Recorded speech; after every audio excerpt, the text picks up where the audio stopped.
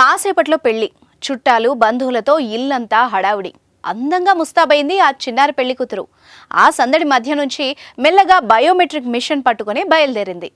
అందరూ ఇప్పుడు వద్దులే అన్నారు, తర్వాత ఇవ్వచ్చు అని సూచించారు. కానీ వాలంటీర్ అయిన ఆ వధువు ఆ మాటలు పట్టించుకోలేదు. 1వ తేదీ ఉదయం నాటికే పెన్షన్ అందుకునే అవ్వ తాతల ఆతృత తెలిసిన ఆమె పెళ్లి బట్టలతోనే పెన్షన్ పంపిణీ చేసింది. మీరు కొత్తగా బిజినెస్ స్టార్ట్ చేయాలనుకుంటున్నారా? మార్చ్ 16-17 హైటెక్స్ లో franchise India biggest ఫ్రో expo.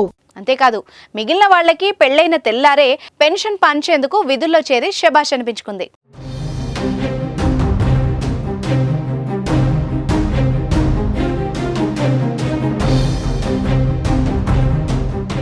Jaganmohan Reddy ఆశయాలకు అనుగుణంగా పనిచేస్తూ ప్రజల మన్ననలు పొందుతున్నారు కొందరు వాలంటీర్లు. విధి నిర్వహణలో సేవా దృక్పథంతో వ్యవహరిస్తున్నారు. ఆసుపత్రిలో చికిత్స పొందుతున్న వాళ్లకు సైతం నేరుగా వెళ్లి పెన్షన్ పంపిణీ చేసిన వాలంటీర్లను చూశాం. తాజాగా అల్లూరి జిల్లాలో ఓ వాలంటీర్ తన పెళ్లి సమయంలో కూడా పెన్షన్ పంచి ఆదర్శంగా నిలిచింది. పాటిగరుకు చెందిన గ్రామ వాలంటీర్ కిరసాయిని రోజారానికి శుక్రవారం పెళ్లి. బంధుమిత్రులు అందరూ వచ్చారు. అయితే ఈ రోజు 1వ తేదీ కావడంతో పింఛన్దారులు తమ పెన్షన్ కోసం ఎదురు చూస్తారని భావించి పెళ్లి దుస్తుల్లోనే లబ్ధిదారులకు పెన్షన్లు పంపిణీ చేసింది. ఇంకా కొంతమందికి పెన్షన్లు ఇవ్వాల్సి ఉండగా పెళ్లి తంతు ముగియగానే భర్తతో తన ఆలోచనను పంచుకుంది. అందుకు భర్త కూడా ఆసక్తి చూపడంతో తనతో కలిసి గ్రామంలో తిరుగుతూ పెన్షన్ల పంపిణీ చేపట్టింది.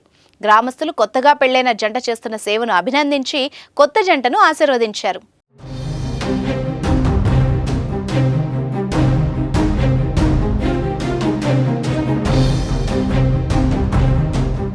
కాకినాడ జిల్లాలో కూడా ఇదే తరహాలో వాలంటీర్ పెన్షన్ పంచింది.